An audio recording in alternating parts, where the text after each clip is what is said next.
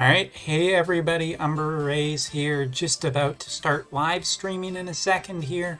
And yeah, Countdown to Glassy is coming up really quick because May is almost over. We're almost into the month of June, which as you know is E3 month, but not E3 month because E3 is canceled this year, and I think forever. At least I got to go to a single E3 one time. I guess this is kind of a humble brag, but I did get to go to E3 once. It was kind of cool, but it's also overcrowded, and it's, it seems really nice. Lots of lines standing, so I would equate it kind of to Disneyland. But yeah, we're going to talk about global stuff in this video, but first I thought I'd give a little bit of a shout out to some JP information that people would want to know.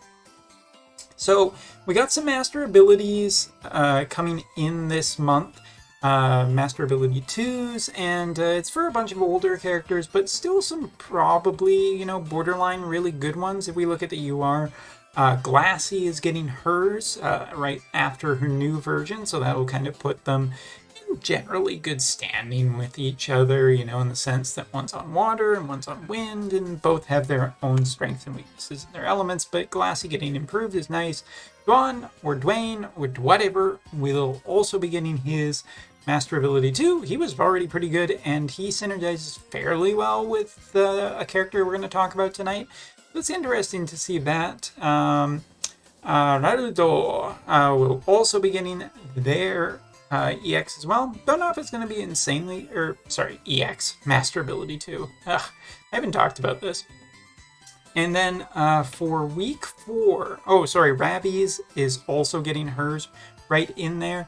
And for week 4 of this month, this is important because Moore is getting hers, Cowl is getting hers, Shadow Lynx, and Nia, but there is no mention of summer units. This probably means that the summer units are not coming this month, and if you're really gung-ho waiting for summer units to show up, probably safe till July. Probably. I don't see them coming before the month of July, and this is probably going to show a little bit of it's probably just going to be like that for the month for both global and JP. So if you're eagerly anticipating summer units, probably going to be next month. I guess it's still May there where you're watching this video. So next month. Anyway, let's continue on. So June, interestingly, from June, the 14th mission will be added to Select Quest, allowing further acquisition of just further strengthening of the limited weapons acquired in number 11 through 13. And they'll inform about which attribute the selection quest will be added. So not entirely sure if it'll be more than one element or not. We'll just have to wait and see.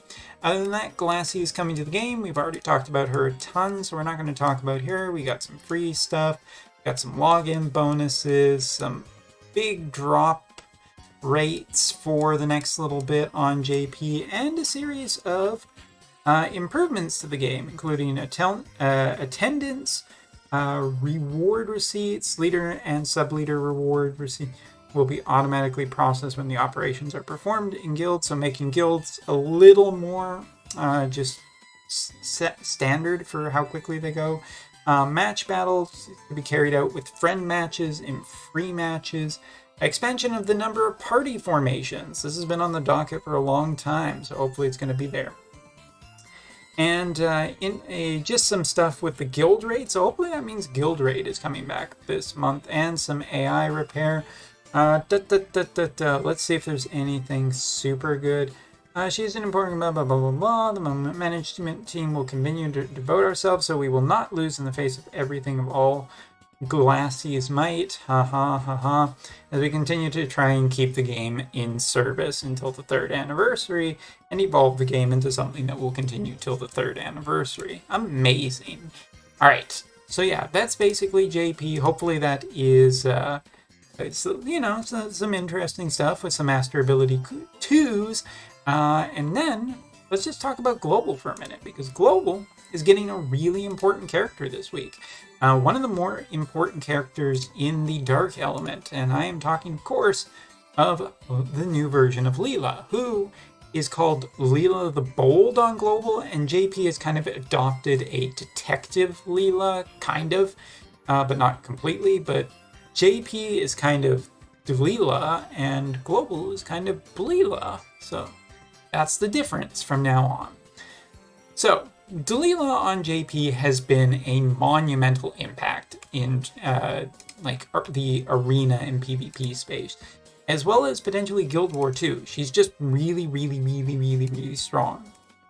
And while I'm not going like at the moment super high in arena, and arena this week is interesting just because the variety in teams, obviously there's a lot of stuff going on that is currently like switching, like currently right now also just range characters are very popular with the map that we have, but this is kind of a good impression. Maybe this guy just doesn't have it, but you know, Joker. Joker is one of the quintessential dark characters for both arena and just in general. He's a really, really strong character. And since then, you know, we've gotten Delilah and we've gotten Majin Vina. And if I was to say the best 3 units on the dark element right now, Joker, Delilah, and a third character, which is probably Majin Vina, but more often than not, I still see a lot of Black Witch Helenas in arena, and both of those are just completely fine. The point is that Joker and Delilah most of the time are the characters that I see in arena constantly. They're just always there. They're very strong. They're very difficult to kill for different reasons.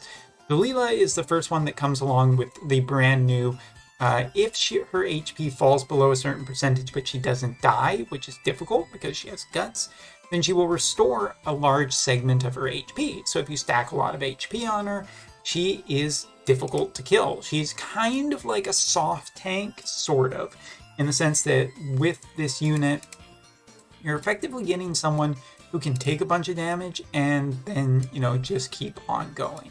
How you build her is up to you. This is like a more offensive version because it's in the PvE for me. I haven't used her too much, but even like just looking at the current lineup that I have with characters right now, it's not exactly a low amount of power. And if you look at Delilah right here, something you'll note for Espers, I've gone more defensive Espers. Animo is fairly new for me, but I'm training her with that Esper for right now, and I've kind of built her to be a somewhat more resilient character to damage, and we'll talk about the vision card in the summon in a second. But yeah, I've had good experiences with her since I kind of got really lucky and got her super early on in her banner. Like, she has a great amount of resistances. She is tough against a lot of things, and you can build her to be a lot tougher than mine is. This is a character that I haven't used a ton. As you can see, I even haven't really mastered this because, well, I've just been using water for so many months and having good success with that. But Dark actually does give a little bit of difficulty. And I do realize, after saying all these positive things about this character, that people are right and understandably potentially waiting for, you know, some of the banners that we've seen on JP lately, which are just 2k paid, and you get to choose one character you want, and you get a whole bunch of other URs as a bonus, which is a tremendous amount of value to be had. And that is fine. Like, people are probably saving up for the summer units that are limited, and Final Fantasy 13 and Final Fantasy Tactics and all of that good stuff. And Tactics has been fairly cheap and chintzy with giving out the amount of free shards for characters, even in the amount of gold banners there are. So I totally understand. But I am going to say that Delilah is one of the key characters for the Dark element. She really is so great for a lot of different reasons. So I sing her praises very highly. I think she is a great character, and you're lucky to get her if you just happen to luck her off a very early pull. So yeah, I totally recommend the smart way of not spending a ton of resources and potentially just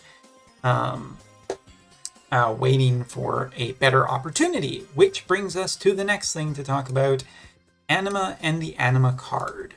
2 things that are incredibly important for Dark going forward. I mean, this is a 90 cost vision card, and 90 cost vision cards have traditionally been really impactful for their element. So this is no exception.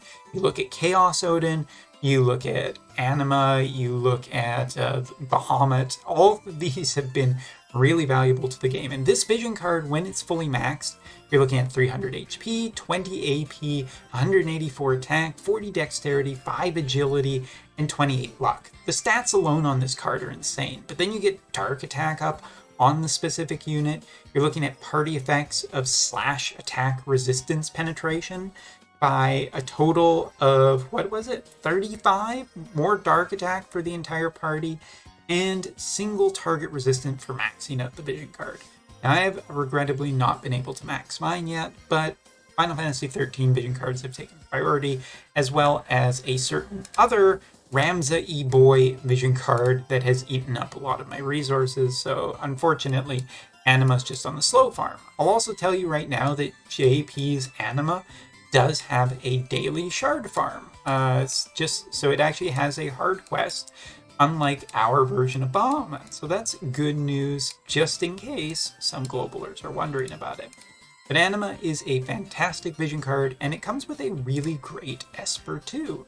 Anima is, you know, a truly strong Esper. So if you look at it, I mean, 17 agility, 109 attack, 84 magic is pretty decent for both sides, about whichever one you want to put it on.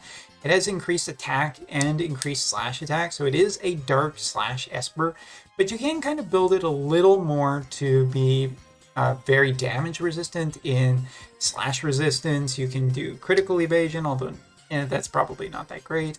You can look at undead killer or light resistance. Anima is a very flexible summon as how you want to build it for which characters you build it, and can definitely cause problems. Between the vision card, this and that, and the Leela, it's a heck of a couple of weeks in terms for the dark element, and the dark element coming very strong. If you want to invest now on all of this, you will reap the benefits. Delilah is still in high demand on the JP side, even though I can't find her in Arena this week because Elemental have kind of split all over the place, and there isn't really a great dark bonus character in Arena right now. No, I'm pretty sure about that. There's, I think, Gaff, but he's like incredibly low bonus, so nobody's running him. But yeah, this is, and Anima is another card that you can potentially get maybe off of one of these select banners later. So think about your options, think about how you want to spend it, but do know that the value is really there. And if you do this now, I think you'll have a great team going forward to really push against some other things, because dark units and dark vision cards are just really good. Anyway, that's all for this video. Thanks for watching. Take care, and maybe I'll see you tonight when I do some polls. Take care.